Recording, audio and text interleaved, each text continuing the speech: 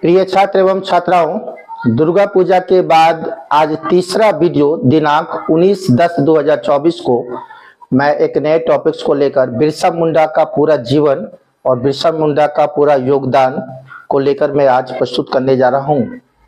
और मुझे बहुत अच्छा लग रहा है आप लोग को जो मैं वीडियो दे रहा हूं। आप लोग बहुत चाव से देख रहे हैं और बच्चे को फैला रहे हैं, और मेरी कोशिश है कि आप ज़्यादा से ज़्यादा बच्चे को इसको फैलाएंगे और आपका प्यार मुझे मिल रहा है, इसके लिए धन्यवाद आप लोग को। और मेरी भी कोशिश होगी, जहाँ तक कोशिश होगी, मैं आप लोगों को जहाँ तक अच्छा से अच्छा एक पढ़ाई वीडियो के माध्यम से मैं आप लोग के बीच प्रस्तुत करते रहूँगा। तो मैं आज शुरुआत करता हूँ एक नए टॉपिक्स को लेकर दिनांक 19/10/2024 को बिरसा मुंडा के विषय में। तो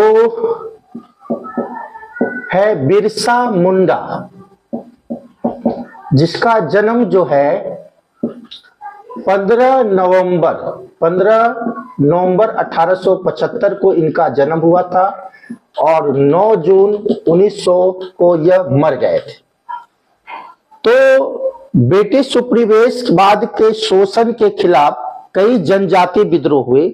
उस जनजातीय विद्रोह में अति महत्वपूर्ण मुंडा विद्रोह माना जाता है और उसके महानायक माने जाते हैं बिरसा मुंडा, यानी मुंडा जाति के महानायक और जनजाति आदिवासी के महानायक और उस समय के अग्रदूत बिरसा मुंडा, जिनका जन्म 15 नवंबर 1875 को रांची के खूंटी के उलताहू गांव में हुआ था। फिर ध्यान सुनिएगा, इनका जन्म 15 नवंबर 1875 को रांची के खूंटी के उलताहू गांव में हुआ था और इनके पिता एक बटाईदार किसान थे जिनका नाम सुगना मुंडा था और इनकी माता का नाम करनी मुंडा था।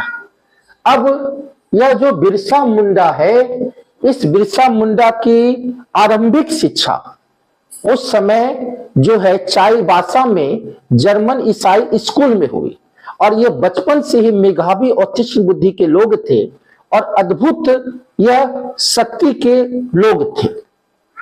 तो बचपन से चूंकि प्रतिभावान थे और अद्भुत साहस के लोग भी थे, असीम साहस के लोग थे, तो बचपन से ही इनकी अलग एक ढंग देखने को मिल रही थी। इसी बीच क्या हुआ कि यहाँ पर ये लोग खेती का काम करते थे, सामूहिक खेती का काम करते थे और सामूहिक खेती को हम लोग मुंडारी व्यवस्था कहते थे, खुटखुटी व्यवस्था कहते थे। तो मुंडा जाति में जो सामूहिक खेती होता था उस व्यवस्था को मुंडारी या खुटखुटी व्यवस्था कहा जाता था। अब बात होती है, यह दो बात हो गई। दो बात इसलिए हो गई कि ब्रिटिश उपनिवेशवाद जब झारखंड के छोटा नागपुर में ये लोग बसे हुए थे, तो ब्रिटिश लोग इसकी जल, इसकी जमीन और इसकी जंगल पर कब्जा करने लगे। अब ध्यान दीजिएगा, बहुत इंपॉर्टेंट बात बोल रहे हैं। क्या क्या हुआ? तो इसकी बिरसा मुंडा जो छोटा नागपुर में बसे हुए थे, इसकी जल, इसकी जमीन और इसकी जंगल को हड़पने लगे। तो इनको बड़ा रोष आया कि ये बाहरी लोग हैं और मुंडा की जमीन को हड़प रहे हैं, जल को हड़प रहे हैं और जंगल को हड़प रहे हैं। तो इनके अंदर विद्रोह की आग पूरा आ गई। अब बात होती है कि उस समय ईसाई मिशनरी जो होते थे वो बलपूर्वक जो है ईसाई हिंदू को बना रहे थे।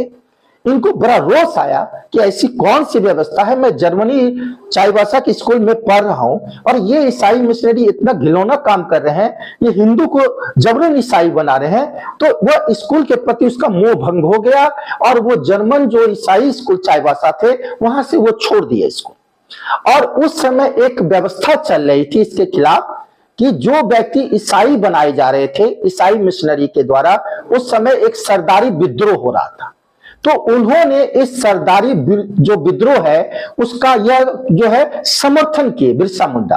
यही कारण है कि मुंडा विद्रोह को हम लोग सरदारी विद्रोह भी कहते हैं। तो यहां मैं आज कॉन्सेप्ट क्लियर किया, सरदारी विद्रोह था क्या? तो सरकारी विद्रोह था कि जो ईसाई स्कूल है उस ईसाई के द्वारा जो जबरन हिंदू बनाए जा रहे थे भारत में, उसके लिए एक बगावत हुई, विद्रोह हुई, जो सरदारी विद्रोह के नाम से जाना गया। और यही कारण है कि बिरसा मुंडा इस सरदारी विद्रोह का समर्थन किए और मुंडा विद्रोह को हम लोग सरदारी विद्रोह के नाम से भी जानते हैं। अब बात होती है कि इन्होंने ब्रिटिश सरकार के खिलाफ, जो ब्रिटिश सरकार वहां पर छोटा नागपुर में मुंडा जाति का जल, जमीन और जंगल पर जब कब्जा करने लगे तो इन्होंने महाविद्रोह का ऐलान कर दिया। और महाविद्रोह को हम लोग उलगुलान विद्रोह कहते हैं। उलगुलान का मतलब ही होता है महाविद्रोह। तो क्वेश्चन आती है कि कौन सा उलगुलान विद्रोह है? तो उलगुलान मानी महाविद्रोह है, तो वो बिरसा मुंडा का विद्रोह है। नंबर कई बार क्वेश्चन पीसीएससी में आ चुके हैं। उलगुलान विद्रोह के नाम से जाना जाता है तो बिरसा मुंडा विद्रोह जाना है। उलगुलान का मतलब महाविद्रोह। और यह महाविद्रोह किसके खिलाफ? तो ब्रिटिश उपनिवेशवाद के खिलाफ। क्यों? क्योंकि उसकी जल, उसकी जमीन और जंगल पर यह ब्रिटिश उपनिवेशवाद कब्जा करने लगे। दूसरा है कि इस विद्रोह को सरदारी विद्रोह भी कहते हैं। सरदारी विद्रोह का मतलब आपको समझा ही दिए हैं, क्योंकि इनका भी मन जो है मोह भंग हो गया ईसाई मिशनरी से और स्कूल छोड़ दिए, क्योंकि बलपूर्वक ईसाई जो है हिंदू को ईसाई बनाए जा रहे थे। और उस समय विद्रोह हुआ सरदारी विद्रोह, जिसका ये समर्थन किए, इसलिए बिरसा मुंडा विद्रोह को हम लोग सरदारी विद्रोह भी कहते हैं। यह भी क्वेश्चन कई बार आया है और बहुत इंपॉर्टेंट क्वेश्चन है कि बिरसा मुंडा को हम लोग उलगुलान विद्रोह भी कहते हैं और सरदारी विद्रोह भी कहते हैं। अब बात हुई कि बिरसा मुंडा एक अद्वितीय व्यक्ति है, प्रतिभावान है, साहसी है और भगवान के द्वारा इनको कुछ ईश्वरीय शक्ति निश्चित तौर पर। जब यह इनको चिकित्सा की अच्छी जानकारी थी, जड़ी बूटी की अच्छी जानकारी थी। अगर किसी भी रोग को यह जड़ी बूटी दे देते थे, वह रोग तुरंत ठीक हो जाता था। इसलिए धीरे धीरे यह लोकप्रिय हो गए लोगों में और इनको लोग भगवान मानने लगे बिरसा मुंडा को, और इसकी लोकप्रियता बहुत तेजी से बढ़ने लगी। इसलिए ये जब बहुत ज्यादा लोकप्रिय हो गए और अपनी जाति मुंडा जनजाति के लिए इन्होंने आवाज उठाया, तो यह आवाज उठाया जंगल, जल और जमीन को लेकर, और ये नारी की रक्षा के लिए समर्थक थे। तो मुंडा जाति की संस्कृति को बचाने के लिए, मुंडा की जाति की शोषण को बचाने के लिए उन्होंने उलगुलान और महाविद्रोह कर दिया ब्रिटिश उपनिवेशवाद के खिलाफ। और यह इतना भयंकर विद्रोह कर दिया और कई मुंडा लोगों को जुटाया। बाद में यह इनामी घोषित हो गए कि बिरसा मुंडा को जो पकड़ लेगा उसको 500 रुपया, उस समय 500 रुपया इनाम दिया जाएगा। तो बिरसा मुंडा पूरा एकजुट हो गए और ब्रिटिश सरकार के खिलाफ 1895 में बगावत यानी बिगुल फूंक दिए कि यह जो ब्रिटिश उपनिवेशवाद है ये मुंडा की संस्कृति का प्रहार कर रहे हैं, नारी की रक्षा नहीं कर रहे हैं, मुंडा छोटा नागपुर की जल, जमीन और जंगल पर कब्जा कर रहे हैं। तो निश्चित तौर पर अब ब्रिटिश सरकार के खिलाफ एक महाबगावत होगी, उलगुलान विद्रोह होगा, महाविद्रोह होगा। और वो विद्रोह शुरुआत करते हैं 1895 और भयंकर बगावत होती है। बोली कि खून की नदियां बह जाएगी, ऐसी खून की नदियां जिसका रंग अगर लाल है तो लाल झंडे के समान हो जाएगा, मैं खून की नदियां बहा दूंगा।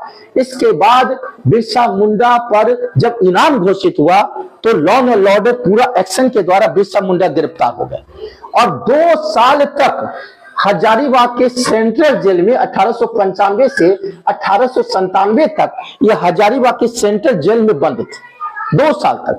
लेकिन इसके बहुत सारे समर्थक, बहुत लोक कल्याणकारी काम किया। उस समय बाढ़ आई हुई थी, बाढ़ पीड़ित को काफी सहायता दिया, जिससे इसकी लोकप्रियता और बढ़ते गई। समाज में इसका स्थान और द्वितीय हो गया। इनके द्वारा जो शिष्य थे वो बाढ़ पीड़ित का काफी 2 साल तक मदद किया और जब जेल से छूटकर आए तो यह महानायक के रूप में आए मुंडा जाति के लिए और ब्रिटिश सरकार के खिलाफ एक बड़ा बिगुल फिर फूंक दिया। और उसके बाद घमासान लड़ाई हुई और कई जगह कई झड़प हुई और एक ऐसा अंतिम झड़प आया जो छोटा नागपुर के सलेब कहारी पर यह वीरता पूर्वक लड़ते हुए यह गिरफ्तार हो गया और गिरफ्तार हो गए। और गिरफ्तार होने के बाद इनको रांची के जेल में बंद कर दिया गया। और जब रांची के जेल में जब ये बंद कर दिए गए तो रांची के जेल में आकस्मिक इनको हैजा रोग हो गया और हैजा रोग से ही इस महान नायक, मुंडा जाति की महानायक, जनजाति की महानायक का मृत्यु जो है 9 जून 1900 को जो है हैजे के कारण रांची के जेल में ही हो गई। तो छात्र आपने देखा कि बिरसा मुंडा जो है अपनी मुंडारी व्यवस्था, सामूहिक व्यवस्था जो सामूहिक होती थी उसका वो समर्थन करते थे। मुंडा जनजाति एकस्ववाद के नारा थे, यानी वो एक ईश्वर पर विश्वास करते थे। और राजा राम मोहन राय भी ब्रह्म समाज के द्वारा एकस्ववादी थे।